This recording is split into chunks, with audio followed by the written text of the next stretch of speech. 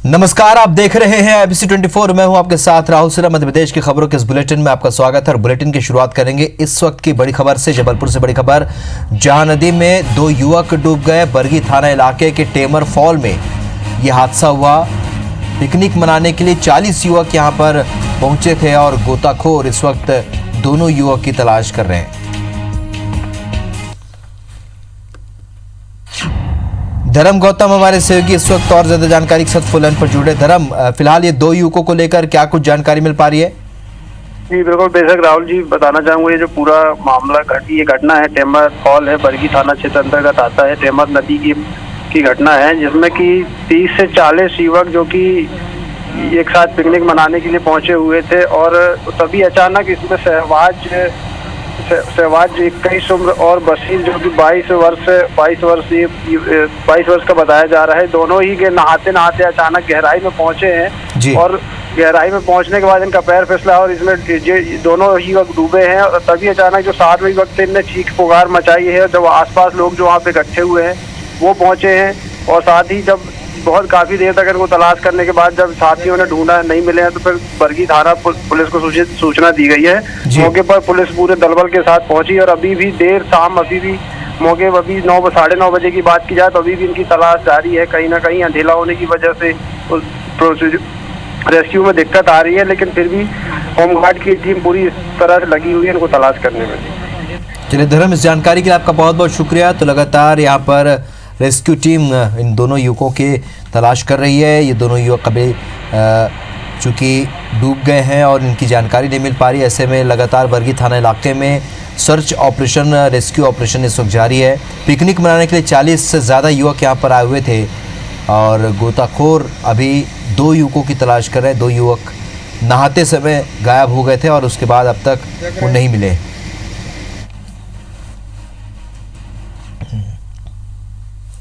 बढ़ते आगे पचमढ़ी से बड़ी खबर, जहां पर चंपक झील में 2 लोग डूब गए। बोटिंग करने के लिए दोनों लोग गए हुए थे और डूब गए। बोटिंग करने के लिए 10 से ज़्यादा लोग थे, जहां पर गोताखोर टीम इस वक्त रेस्क्यू ऑपरेशन में जुटी हुई है। तो पचमढ़ी में भी हादसा हुआ है। चंपक झील में 2 लोग डूब गए। 10 लोग यहां पर बोटिंग करने के लिए पहुंचे थे, जिनमें से 2 लोग डूब गए। तो गोताखोर टीम इस वक्त रेस्क्यू ऑपरेशन में जुटी हुई है। पचमढ़ी में हादसा हुआ है जहां पर चंपल झील में 2 लोग डूब गए हैं। कीरत हमारे सहयोगी और ज्यादा जानकारी से जुड़ने। कीरत, 2 लोग अभी जो लापता हैं उसे लेकर क्या जानकारी मिली? क्या अभी भी रेस्क्यू ऑपरेशन जारी है? राहुल, हम आपको बता दें कि चंपक झील जो है, चंपक झील में 10 से 12 जो लोग हैं वो सर्फिंग करने के लिए वहाँ गए हुए थे, बोटिंग कर रहे थे। उसी दौरान हादसा हुआ। ये लोग 2 नावों पर सवार थे। उसी दौरान एक नाव डूब गई। इसमें से 2 लोग जो है लापता बताए जाते हैं। सुमित और विकास नाम की जो है पुलिस ने पुष्टि की है कि 2 लोग लापता हैं। पुलिस और उनका जो रेस्क्यू टीम है वो लगातार इनका प्रयास कर रही है, इनको बरामद करने का प्रयास कर रही है। अभी तक जो है इनकी बरामदगी नहीं हो पाई है, परंतु सबसे बड़ी बात यह है कि 1 से लेकर 4 अगस्त तक जो होशंगाबाद जिला है वो पूरी तरह से लॉकडाउन है और लॉकडाउन में इस तरह की जो लापरवाही है, एक बड़ी लापरवाही प्रशासन की देखने को सामने आ रही है। किस तरह से जो लॉकडाउन है और लॉकडाउन के दौरान भी लोग वहां पे वोटिंग करने के लिए चले गए, एक बड़ी लापरवाही है। चलिए, तो कुल मिलाकर बड़ी लापरवाही यहाँ साफ तौर पर नजर आ रही है, क्योंकि लॉकडाउन के दौरान ये लोग वहां पर वोटिंग के लिए पहुंचे और हादसा हो गया। 2 लोग डूब चुके हैं। जानकारी के लिए आपका बहुत बहुत शुक्रिया कीरत। बढ़ते आगे छतरपुर से भी बड़ी खबर मिल रही है, जहां 2 लोगों ने कट्टे से फायरिंग की है और आरोपियों ने एक घर के बाहर ये फायरिंग की। पीड़ित ने पुलिस से उसकी शिकायत की और पूरी घटना सीसीटीवी में कैद हुई है। तो आरोपी के खिलाफ मामला दर्ज कर पुलिस ने जांच शुरू कर दी है। सिटी कोतवाली थाना क्षेत्र की ताज कॉलोनी का यह मामला। तस्वीरें आप देखिए, सीसीटीवी से प्राप्त ये तस्वीरें, जिसमें आप देख सकते हैं किस तरीके से घर के सामने 2 लोग फायरिंग करते नजर आ रहे हैं। कट्टे से इन लोगों ने फायरिंग की है। आरोपियों ने एक घर के बाहर ये फायरिंग किया और यहाँ पर जो तस्वीरें आप देख रहे हैं वो सीसीटीवी फुटेज है, जिसमें साफ तौर पर ये नजर आ रहा है कि 2 लोग किस तरीके से यहाँ पर फायरिंग कर रहे थे। तो उनके हौसलों का अंदाजा आप लगा सकते हैं, कितने बुलंद हौसलों से वो फायरिंग कर रहे हैं। नरेंद्र हमारे सहयोगी और ज्यादा जानकारी के साथ जुड़ रहे हैं। नरेंद्र, तस्वीरें देख के लगता है कि इनके हौसले काफी बुलंद है, जिस तरीके से फायरिंग कर रहे हैं। क्या जानकारी इन आरोपियों को लेकर और इस फुटेज को लेकर? देखिए बिल्कुल जिस तरीके जो शहर का सिटी कोतवाली थाना इलाका है उसके अंतर्गत आज यहाँ पर जो सीसीटीवी फुटेज सामने आया है उसमें बिल्कुल देखकर यही अंदाजा लगाया जा सकता है कि जो बदमाश है, जो गुंडे, उनके हौसले इतने बुलंद हैं कि कानून नाम का और पुलिस की जो शक्ति है उसका किसी तरह का उनके अंदर कोई खौफ नहीं है। वो अपराधी बिल्कुल बेखौफ होकर एक युवक के घर पर जाते हैं और ताबड़तोड़ एक के बाद एक कई राउंड वहां पर फायर करते हैं और फायर करने के बाद वहां पर दहशत का माहौल निर्मित करके वहां से चंपत हो जाती है।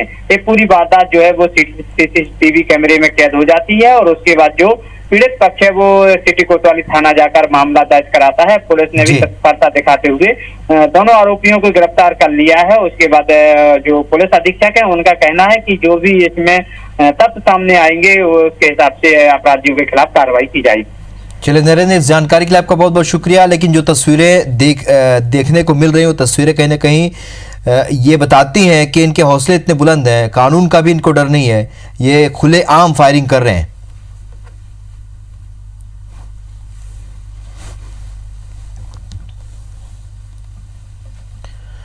बढ़ते अगर बात करें कि मध्य प्रदेश में कोरोना के अपडेट की, तो मध्य प्रदेश में कोरोना के आज 921 मरीज मिले हैं और मध्य प्रदेश में अब तक 33,535 कोरोना संक्रमित पाए गए हैं। तो आज 10 कोरोना मरीजों की मौत भी हो गई है और अब तक 886 कोरोना मरीजों की मौत हो चुकी है। तो आज 581 कोरोना मरीज स्वस्थ भी हुए हैं। तो मध्य प्रदेश में अब तक 23,550 मरीज स्वस्थ हो चुके हैं। तो एक्टिव मरीजों की संख्या भी अब यहाँ पर 9,099 है। राकेश चतुर्वेदी हमारे सहयोगी और ज्यादा जानकारी के साथ जुड़े। राकेश, जिस तरीके से मरीजों की संख्या लगातार बढ़ रही है, ऐसे में क्या कह रहा है फिलहाल स्वास्थ्य विभाग? क्या ये अभी गति और बरकरार रहेगी? क्या और मरीज बढ़ेंगे? क्या जांच के लिए और सैंपल गए हैं? देखिए, जिस तरह से लगातार जो आंकड़े निकल कर आते जा रहे हैं और आज रिकॉर्ड 921 मध्य प्रदेश में मरीज मिले हैं और इसके साथ ही 33,000 जो है 535 मरीजों की संख्या पहुंच चुकी है।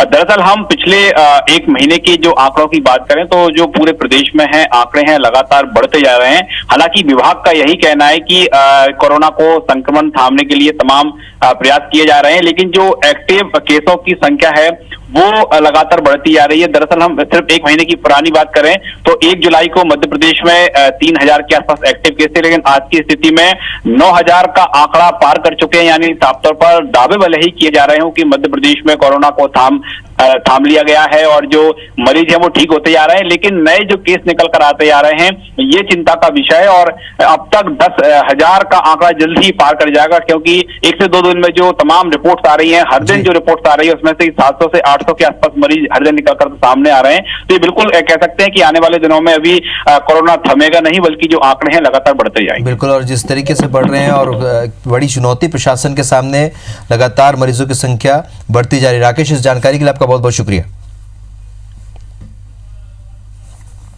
इधर कोरोना में इंदौर में कोरोना मरीजों का आंकड़ा लगातार बढ़ता ही जा रहा है। रोजाना पॉजिटिव मरीजों का आंकड़ा अब सैकड़ा पार कर चुका है और शनिवार को 107 नए मरीज मिले हैं, जिसे मिलाकर अब मरीजों की संख्या 7555 पहुंच गई है।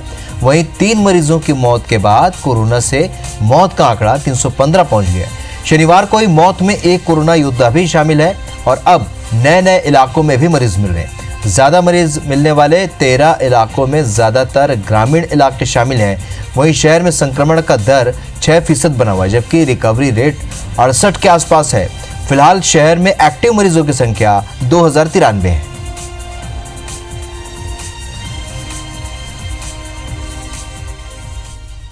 कल के नए पॉजिटिव केसेस 107 आए हैं, जो टोटल 1671 टेस्ट लगाए गए थे।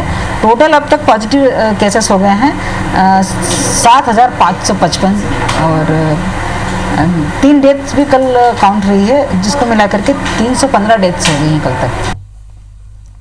कोरोना संक्रमण से बीमार पड़ने के बाद भी सीएम शिवराज का विभागों की समीक्षा का दौर जारी है और आज अस्पताल से वीडियो कॉन्फ्रेंसिंग के जरिए आंगनबाड़ी संचालन को लेकर मुख्यमंत्री शिवराज सिंह चौहान ने समीक्षा बैठक की है।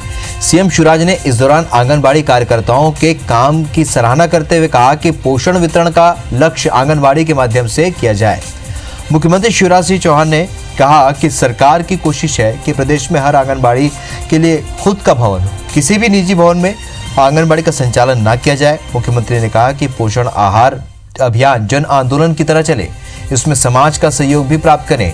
बैठक में विभाग की मंत्री इमरती देवी भी शामिल हुई।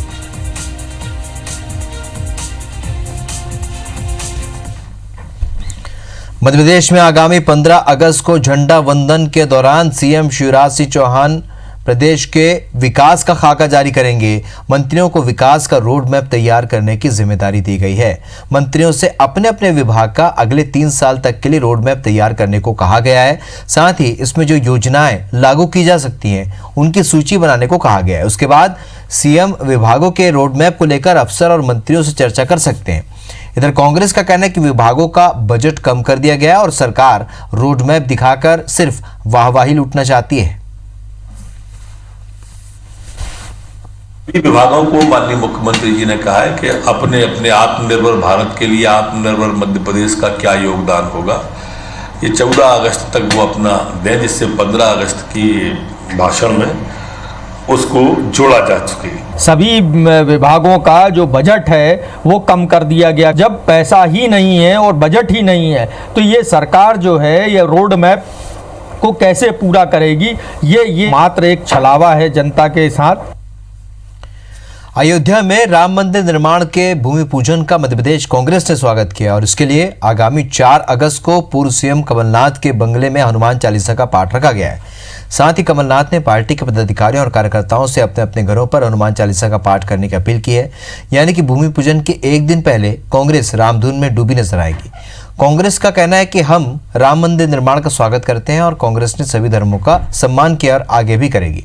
आपको बता दें कि भूमि पूजन के मुहूर्त को लेकर पूर्व मुख्यमंत्री दिग्विजय सिंह सवाल उठा चुके हैं।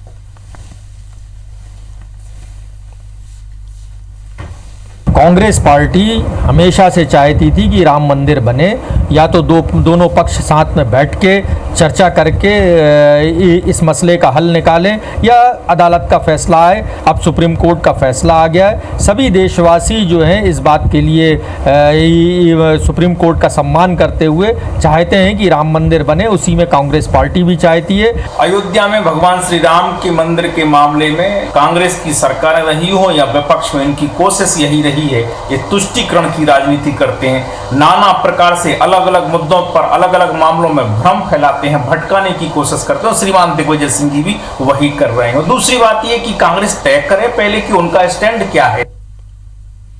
मंदिर निर्माण के लिए भूमि पूजन की तारीख करीब आ गई है। जिन लोगों को भूमि पूजन के कार्यक्रम में बुलाया जाना है उनकी लिस्ट को भी अंतिम रूप दिया जा चुका है। मंदिर आंदोलन का प्रमुख चेहरा रही पूर्व केंद्रीय मंत्री और भारतीय जनता पार्टी के राष्ट्रीय उपाध्यक्ष साध्वी उमा भारती और मध्य प्रदेश सरकार के पूर्व मंत्री जयभान सिंह भी 5 अगस्त को भूमि पूजन में शामिल होंगे।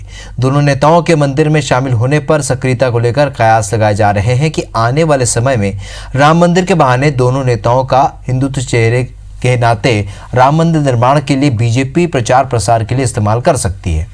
दोनों नेताओं के राम मंदिर के बहाने राजनीतिक पुनर्वास की चर्चा भी जोरों पर है। उमा भारती और जयभान सिंह पवैया पर कांग्रेस की भी निगाह है। राम मंदिर के बहाने बीजेपी ये जताने की कोशिश करेगी कि मंदिर निर्माण में बीजेपी का सबसे बड़ा योगदान है। जयभान सिंह पवैया 4 से लेकर 6 अगस्त तक अयोध्या में रहेंगे। 3 अगस्त को वो वीर प्रसूता और पौराणिक नदी चंबल का जल कलश और दतिया की सिद्धपीठ मां पीताम्बरा मंदिर की माटी लेकर अयोध्या रवाना होंगी। उन्होंने बताया कि श्री राम जन्मभूमि तीर्थ क्षेत्र न्यास के अध्यक्ष महंत नृत्य गोपाल दास जी महाराज के आदेश पर वो रवाना हो रहे हैं। 4 अगस्त को अयोध्या पहुंचकर न्यास को जल और माटी सौंपेंगे। परिणाम इनका संघर्ष फलीभूत हुआ, ये निश्चित तौर पर दैदीप्यमान हैं, भगवान राम की भक्ति में आलोकित हैं और सदा रहने वाले हैं। ये हमारे नेता हैं, इसलिए कुछ पदों के कारण या कुछ भविष्य राजनीतिक तौर पर देखे जाने के कारण नहीं। देश में कई नेता हमेशा प्रतीकों के पीछे खड़े होकर राजनीति करते हैं। उसी में मध्य प्रदेश की उमा भारती जी, जयभान सिंह पवैया जी, जो देश में हमेशा राम मंदिर के भगवान के पीछे खड़े होकर प्रतीकात्मक राजनीति करने की कोशिश करते हैं। मध्य प्रदेश में 27 सीटों पर उपचुनाव कब होंगे, अभी इस पर सस्पेंस बरकरार है, लेकिन इन विधानसभा क्षेत्रों में कोरोना का कहर लगातार बढ़ता जा रहा है। 27 में से 16 सीटें तो अकेले ग्वालियर चंबल संभाग की है। यहाँ संक्रमण के चलते हालात चिंताजनक बने हुए हैं और वहीं इन सीटों के नतीजे कई बड़े नेताओं के भविष्य तय करने वाले माने जा रहे हैं। कई कद्दावरों की प्रतिष्ठा भी यहाँ पर दांव पर लगी हुई है। हालांकि मध्य प्रदेश में अब तक हुए उपचुनाव के रुझान कहते हैं कि सत्ता जिसकी होती है मतदाता उसी का साथ देते हैं। 2004 से लेकर 2019 तक 30 सीटों में उपचुनाव हुए, जिसमें से 19 सीटों पर बीजेपी ने जीत दर्ज की है। लेकिन इस बार उपचुनाव में पहले ही काफ़ी उलटफेर हुआ है, क्योंकि कांग्रेस छोड़कर बीजेपी ज्वाइन के 25 पूर्व विधायकों का तो बीजेपी से चुनाव लड़ना तय माना जा रहा है। इधर कांग्रेस भी बीजेपी के असंतुष्ट नेताओं को साधने में जुटी हुई है, साथ ही अपनी अपनी जीत के दावे भी कर रहे हैं। चुनाव तो होते ही है राजनीतिक तौर पर भविष्य तय करने के लिए, लेकिन भारतीय जनता पार्टी कार्यकर्ता आधारित पार्टी है, सामूहिक चिंतन सामूहिक नेतृत्व के आधार पर बढ़ने वाली पार्टी। उसी दृष्टि से भारतीय जनता पार्टी में विचार होता है। प्रदेश में 27 उपचुनाव है। स्पष्ट है बीजेपी के सारे नेता अपने जितने दाव लगा लें, इनकी राजनीतिक महत्वाकांक्षा और राजनीति खत्म होनी है, क्योंकि जनता खरीदे हुए जनादेश की बिगर पैर की सरकार को उखाड़ फेंकेगी और मध्य प्रदेश में कमलनाथ जी के नेतृत्व में कांग्रेस की सरकार बनेगी। सोमवार को रक्षाबंधन का त्योहार है, लेकिन इस बार त्योहार की रंगत कोरोना के कारण फीकी ना पड़े, इसके लिए भोपाल मध्य के विधायक आरिफ मसूद ने अपने विधानसभा में 20,000 पैकेट राखी के पहुंचाए हैं। आरिफ मसूद ने बताया कि रक्षाबंधन के पवित्र त्योहार पर बहनें मायूस ना हो, इसके लिए भाई का फर्ज निभाते हुए 20,000 राखियों के पैकेट, जिसमें नारियल, रुमाल और बाकी का सामान अपने क्षेत्र में बंटवाया है। मसूद ने कहा कि कोरोना महामारी के चलते शहर में लॉकडाउन लगा हुआ है। ऐसे में हमने सरकार से मांग की थी कि मापदंड के साथ छूट दी जाए ताकि लोग त्योहार मना सके, लेकिन नहीं दी गई। और मैं 20,000 करीब राखी के पैकेट, जिसमें नारियल भी है, रुमाल भी है, राखियां भी हैं, वो अपनी तरफ से अपनी विधानसभा में मेरे वॉलंटियर्स घर घर जाकर देकर आएंगे, जिससे मैं उम्मीद करूंगा कि मेरी विधानसभा की बहनें कम से कम राखी से वंचित न रहें और रक्षाबंधन का पर्व अच्छे से मनाएं। उज्जैन में महाकालेश्वर मंदिर से भाई बहन के पवित्र रिश्ते रक्षाबंधन की शुरुआत होगी। सबसे पहले बाबा महाकाल को राखी बांधकर कोरोना के प्रकोप को खत्म होने की प्रार्थना की जाएगी। रक्षाबंधन के लिए महाकाल दरबार की विशेष सजावट की जा रही है। सोमवार को सुबह भस्म आरती में राधाधिराज बाबा महाकाल को राखी बांधी जाएगी और इसी के साथ 11,000 लड्डुओं का भोग भी लगाया जाएगा। बता दें कि हर साल 1.25 लाख लड्डुओं का भोग लगाया जाता था, लेकिन इस बार कोरोना संकट की वजह से श्रद्धालु कम संख्या में रहेंगे, इसलिए कम लड्डुओं का भोग लगाया जाएगा। राखी के उपलक्ष्य में जो हर बार 1.25 लाख लड्डुओं का भोग लगता है, उसको घटा के 11,000 लड्डुओं का भोग कर दिया है। उसके पीछे कारण ये है कि दर्शनार्थी और मंदिर में दर्शन करने नहीं आ पा रहे लॉकडाउन के कारण। मध्य प्रदेश में पहली बार live donor liver transplant Indore के एक निजी अस्पताल में किया गया। स्वस्थ होने पर आज मरीज को डिस्चार्ज भी कर दिया गया।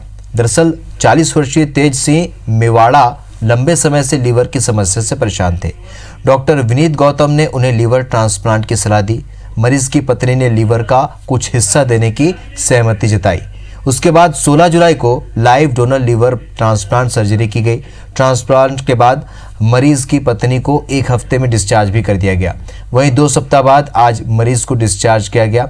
डॉक्टर विनीत गौतम ने बताया कि लाइव डोनर लीवर ट्रांसप्लांट में चुनौती अधिक रहती है। साथ ही बताया कि इसके लिए दिल्ली, मुंबई जैसे बड़े शहरों में 60 लाख रुपए तक का खर्च आता है, लेकिन इंदौर में 35 लाख में पूरा कर लिया गया।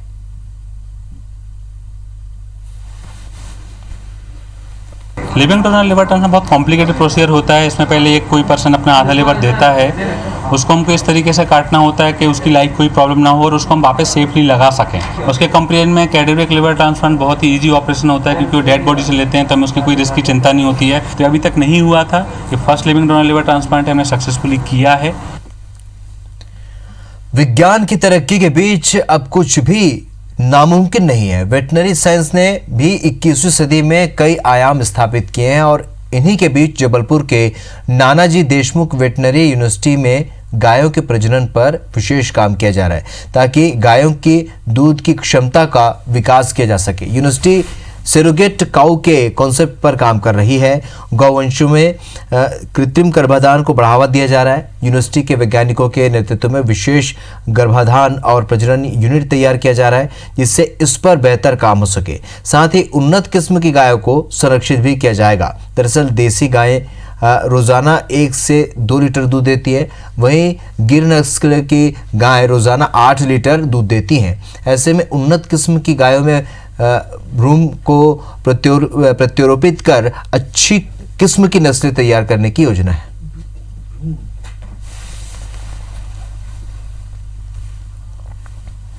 मध्य प्रदेश की खबरों में फिलहाल इतने, लेकिन ताज़ा अपडेट के लिए आप बने रहिए IBC 24 के साथ। नमस्कार।